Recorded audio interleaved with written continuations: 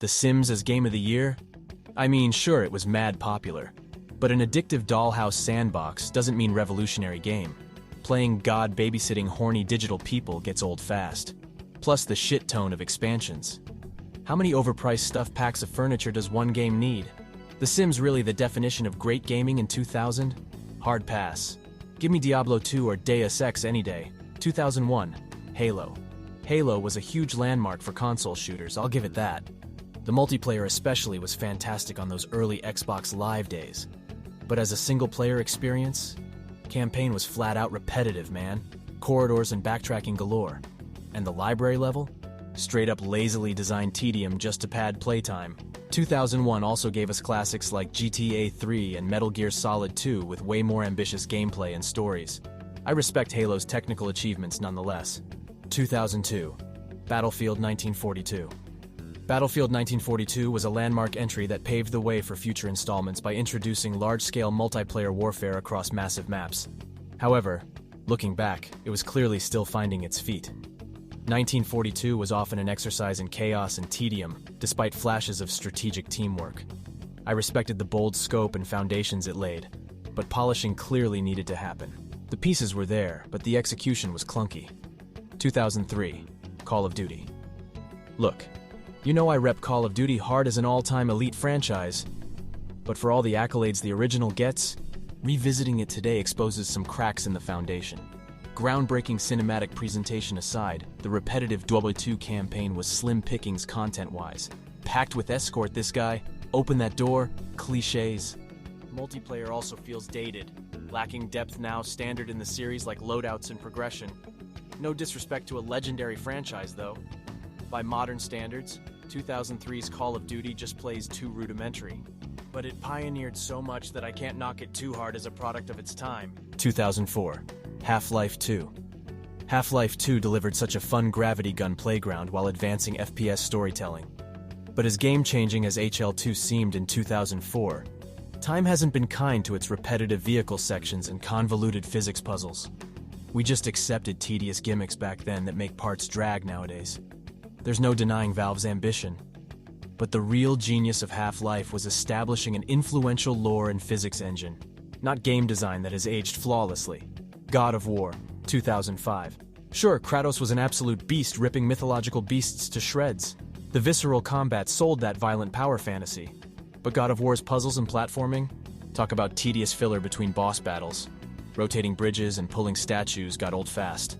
I wanted to bash harpies with the blades of chaos, not slowly edged shimmy ledges. God of War nailed the spectacle, but everything in between screamed padding. Still an all-time great, Gears of War, 2006.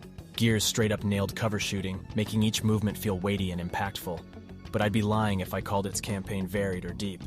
The story was as grizzled and generic as Marcus Phoenix himself, and trudging through same-Y rubble clearing Locust became a chore a few acts in. Multiplayer absolutely slayed, especially with those Nasher jibs. But campaigns suffered from repetition, including the infamous backtracking and unintuitive progression. Gears wrote the book on cover shooters, but kept story and design safely by the numbers. Call of Duty 4, Modern Warfare, 2007. The king stays the king. Modern Warfare perfected Hollywood blockbuster spectacle years before it was commonplace. Chernobyl remains one of gaming's most chilling and unforgettable missions. And who can forget all gillied up? The nuanced narrative, the sniping tension, masterful. Modern Warfare propelled Call of Duty to juggernaut status by capturing the world's imagination with flawless set pieces and revolutionary multiplayer. Already a formula others copy to this day, Call of Duty 4 truly earned that GOTY crown. LittleBigPlanet, 2008. LittleBigPlanet winning GOTY in 2008 will forever be questionable. Sure, it let players flex their creativity with level builders and customization, but you know what it didn't let you do? Platform competently thanks to imprecise jumping and projectile physics that never failed to ruin runs. And nothing says fun like retreading tedious levels endlessly after every death erased your progress. Look, I'm glad Media Molecule empowered creativity. But rewarding a platformer where simply moving is janky? The bar for GOTY must have been low in 2008. Uncharted 2, 2009.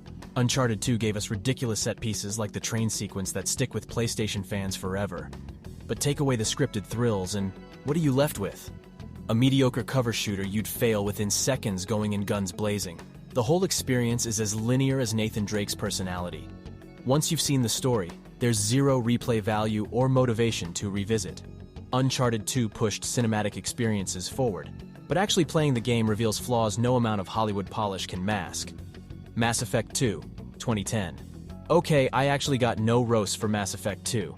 That space opera gave me a nerdgasm in 2010 and still holds up beautifully with phenomenal writing, characters, and branching choices that made playthroughs truly unique. Me Too remains the pinnacle of sci-fi RPG narrative experiences. The Elder Scrolls v Skyrim, 2011. I love this game, but Skyrim crammed its open world full of Draugr crypts and forgettable side quests to mask the lack of meaningful choices or character depth. Where was the narrative ambition of past Elder Scrolls? And why praise stripping the RPG mechanics down to simplistic leveling and button-mashing combat? Skyrim captured fans' imaginations but also marked the Elder Scrolls' reliance on quantity over quality. Journey, 2012. Journey's visuals and soundtrack created an entrancing mood, but come on. This is a textbook case of style over substance. Pretty visuals can't mask basic gameplay. I finished Journey in a single sitting and barely did more than walk and glide until it abruptly ended. Sure, the online elements were innovative, but there was really no meat on the bones in terms of actual gameplay or difficulty. Rewarding Journey felt more like checking artistic boxes than depth. The Last of Us, 2013. The Last of Us boasts one of the finest narratives in gaming backed by phenomenal acting. But I know this is blasphemy. The actual gameplay lacks creativity. Basic stealth, repetitive environments, clunky melee, none stand out mechanically. The Last of Us succeeds through story, but its actual game design offers little we haven't seen executed better elsewhere. I'm engrossed in the cutscenes, then sigh when it's back to predictable scavenging and enemy encounters. Worthy GOTY? No doubt story-wise. Dragon Age Inquisition, 2014. Inquisition expanded the scope of Dragon Age into a massive open world, but in the process lost the sharp writing and role-playing depth fans loved. Why bloat the map with collectible filler content instead of delivering compelling choices and characters? Aside from solid combat, Inquisition forgot what made classic BioWare titles special. Reactivity, customization, choices that mattered. As big as Inquisition aimed, it lacked the heart and RPG focus expected from a top-tier Dragon Age. Fallout 4, 2015. Bethesda stripped away the soul of Fallout, paring down dialogue to basic 4 options lacking skill checks or consequences. Voiced protagonist was an epic fail. With the depth gutted, Fallout 4's weaknesses like repetitive quest design, lack of faction reputation, awful graphics stood out. Somehow Fallout 4 regressed while gaming evolved. At least gunplay improved, but is that enough to overlook the series' RPG identity crisis? Overwatch 2016. Overwatch executed Team Fortress 2's formula with more polish and personality, but rewarding multiplayer-only Overwatch's Game of the Year over epic single-player experiences felt questionable even in 2016. Refined FPS action alone didn't seem enough for GOTY during gaming's storytelling renaissance. The Legend of Zelda, Breath of the Wild, 2017. Breath of the Wild created a wondrous open world full of mystery and freedom. But I'll admit, after the honeymoon phase ended, Breath of the Wild's emptiness became apparent. Lack of traditional dungeons and repeated copy-paste shrines and enemies made Hyrule lose its allure quickly. Don't get me wrong, I had a blast paragliding around initially. But as amazing as the physics sandbox was, Breath of the Wild needed more meaty content to dethrone true greats. God of War, 2018. Now this is how you revitalize a franchise. God of War matured Kratos into a nuanced father figure without losing the savage magic. Excellent characterization, meaningfully evolved combat, and brilliant storytelling made the series feel fresh and poignant. My only critiques are inconsistent enemy variety and repetitive realm aesthetics. But the heartfelt narrative focus grounded God of War in a humanity beyond bloodlust. A worthy GOTY. Sekiro, Shadows Die Twice, 2019. Sekiro delivered an incredible limb-slicing combat flow, balanced by punishing yet conquerable challenge. But strip away katana clashing and what remains?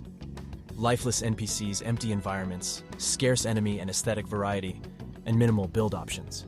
Sekiro's brilliant combat mastery can't compensate for a sterile world and thinly written lore. As focused as its swordplay was, Sekiro felt devoid of FromSoft's usual creativity in all other aspects. The Last of Us Part 2, 2020. The Last of Us Part 2 was the most divisive GOTY ever by pandering to critics over fans. Deep themes felt forced down our throats through manipulative misery porn instead of quality writing. Contrived character decisions and ludonarrative dissonance damaged engagement. An unlikable replacement protagonist and retconned motives also hurt its potential. I respect the audacity, but no amount of prestige filmmaking excuses emotional manipulation and discarding what fans loved about the first game. It Takes Two, 2021. It Takes Two deserves applause for excelling as a purely cooperative experience that forced friends to work in sync. But was the actual platforming and gameplay so revolutionary? The variety of abilities kept things fresh moment to moment. But looking back, the challenges relied more on trial and error over true skill, and humor like the vacuum ride showed way too much juvenile immaturity. Elden Ring, 2022. We all know Elden Ring was a flawless masterpiece and the only valid Game of the Year winner in 2022. The interconnected open world full of secrets, the precision combat summon system, all perfect innovations that make past open world games feel antiquated. Elden Ring set the new gold standard across every aspect. I literally have zero critiques. FromSoft created a true magnum opus. Any attempt of mine to roast this undisputed GOAT would just expose myself as a fool who knows nothing about gaming. Elden Ring alone earned gaming's prestige in 2022. That's it for today's video. I hope you enjoyed it and this is not a full-fledged serious video to trigger fans. Just enjoy it and have fun. I'll see you next time. Till then, goodbye.